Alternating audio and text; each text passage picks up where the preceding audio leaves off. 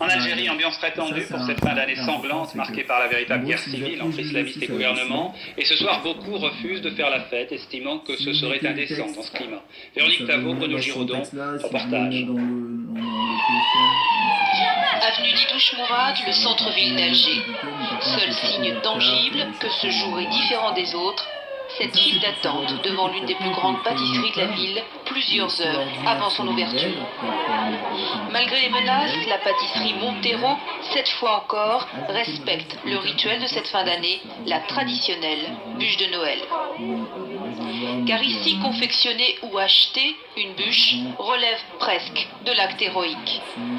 La bûche de Noël, symbole occidental, a été interdite par les islamistes dans un communiqué publié il y a quelques jours. On commande des chocomis, Madame Chocomis. À 14h30, on décommande. À 14h, on décommande.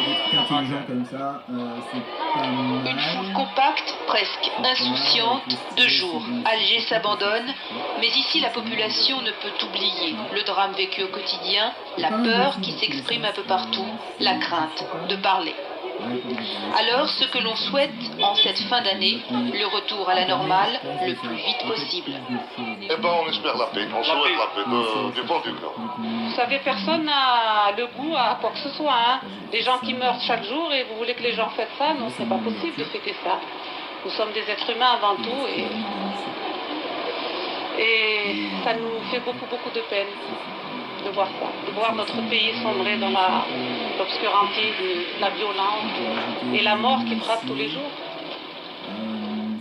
Ce soir, on ne fera pas la fête ici par décence et parce que la situation politique ne s'y prête pas. Alger va pour la deuxième année consécutive passer le réveillon sous couvre-feu. En Italie, une nouvelle polémique encore autour d'un cas de fécondation in vitro. Une femme noire qui a donné naissance à un enfant complètement blanc parce qu'il a été conçu à partir de l'ovule fécondé d'une femme blanche. Cette femme noire le désirait ainsi, cet enfant, et elle a payé d'ailleurs très cher pour cela. Jean-Daniel Flezaquier. Première sécurité, elle concerne le don de sperme. Dans ces cuves, il y a des milliers de dons. Chaque paillette de sperme est numérotée, répertoriée, et de plus, les paillettes provenant de donneurs de couleur ont une indication particulière. Elles sont en effet identifiées par des marquages indélébiles dans l'azote liquide, un marquage comme sur cette paillette au milieu. Il existe également actuellement une technique qui se développe que l'on appelle le don d'ovocytes.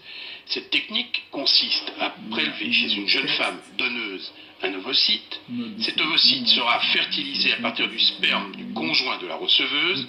Une fois la fécondation réalisée, l'œuf sera réimplanté dans l'utérus de la receveuse.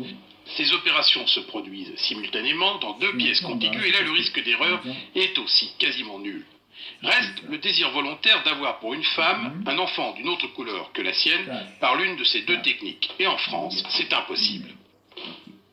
On lui dirait qu'on n'accepte pas sa demande, qui est une demande purement privée et un désir donc personnel. Et à ce moment-là, donc, nous deviendrions uniquement prestataires de services répondant à toute demande personnelle. Or, à mon avis, quand on fait du don de sperme ou d'ovocytes, il faut avoir des limites. Des limites qui devraient être fixées par la loi sur la bioéthique, une loi qu'on attend maintenant depuis près de 6 ans.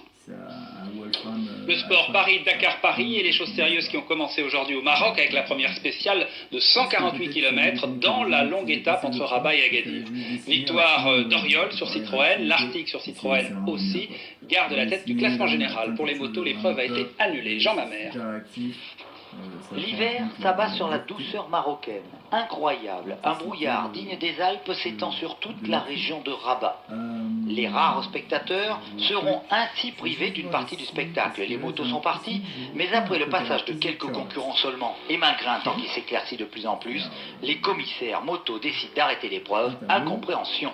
Je respecte la décision de la fédération moto, mais je le déplore pour les motards et pour l'intérêt de la course parce que j'estime que toutes les conditions de sécurité étaient réunies. Nouvelle surprise, peu après le départ de l'épreuve auto. Bruno Sabi est arrêté au milieu de la piste. Lancé à pleine vitesse sur un chemin caillouteux, il est tombé dans cette profonde ornière. Résultat, une image impressionnante d'une voiture sans sa quatrième roue. Sabi roulait à cet instant dans la poussière du véhicule de Pierre Lartigue qui le précédait. Bruno, qu'est-ce qui s'est passé?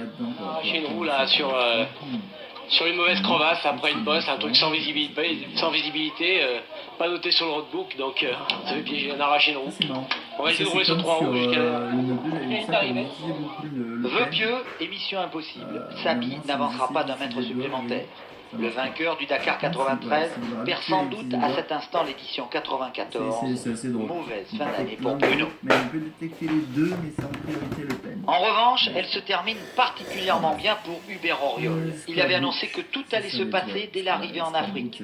Première spéciale, première victoire, il avait donc bien raison. Hubert Auriol l'Africain, décidément aussi à l'aise sur 4 que sur 12. En fait, vous retrouvez l'intégralité. Voici enfin deux cadeaux de Nouvel An. Le premier, c'est Allen Toussaint. Il se produit à Paris jusqu'au 8 janvier.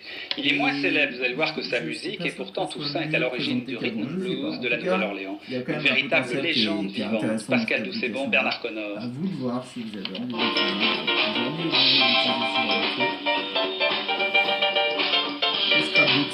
Vous aimez Irma Thomas, les frères Neville, Jim Morrison ou Joe Cooker?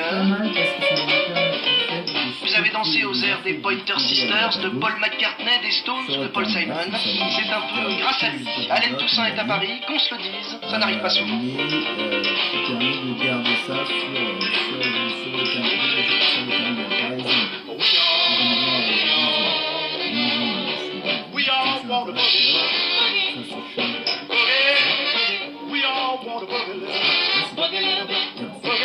Il faut dire que l'homme sort peu de sa Nouvelle-Orléans natale, où il vit avec une discrétion plus britannique qu'américaine. Les 700 chansons qu'il a déjà écrites, composées ou arrangées ont fait sa légende. Toussaint incarne le mythe New Orleans, c'est l'essentiel. Mon rôle habituel, c'est d'être derrière la scène, écrire les chansons, fabriquer la musique au sens propre du terme en studio, c'est ma tâche. Je ne suis pas quelqu'un qui court après la gloire. I'm really not a glorious seeker. Et puis, pourquoi courir le monde quand tous au pays reconnaissent le talent de l'artiste, de l'homme de la rue et ses compliments gênants, aux autres pontes de la scène louisianaise? Depuis tant d'années, Allen a travaillé avec énormément d'artistes. Mais il n'a jamais bénéficié de la publicité d'un Quincy Jones, par exemple. Quant à moi, j'ai été connu non pas en tant que producteur de Fats Domino, mais en tant que chef d'orchestre sur la scène. Allen, lui, est resté dans l'ombre, alors qu'il est l'un des plus grands.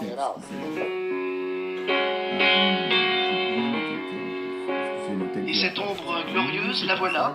Mesdames et messieurs, voici dans le très privé. En tout cas, vous pouvez créer des catégories, une sorte de dossier, des tags, trier vos notes, les stocker là-dessus. C'est plutôt bien fait. Et un truc qui est très intéressant, là je l'ai synchronisé avec Samsung, mais normalement, si vous le configurez, je ne l'ai peut-être pas fait, donc je ne sais pas si je vais pouvoir vous le montrer, mais vous pouvez synchroniser avec Evernote. Ouais, il faudrait que je configure mon compte Evernote. Bon, en tout cas, vous pouvez normalement synchroniser avec Evernote, ce qui vous permettra d'avoir vos notes sur le service que vous utilisez le plus. Peut-être. En tout cas, Evernote, c'est un service qui marche bien.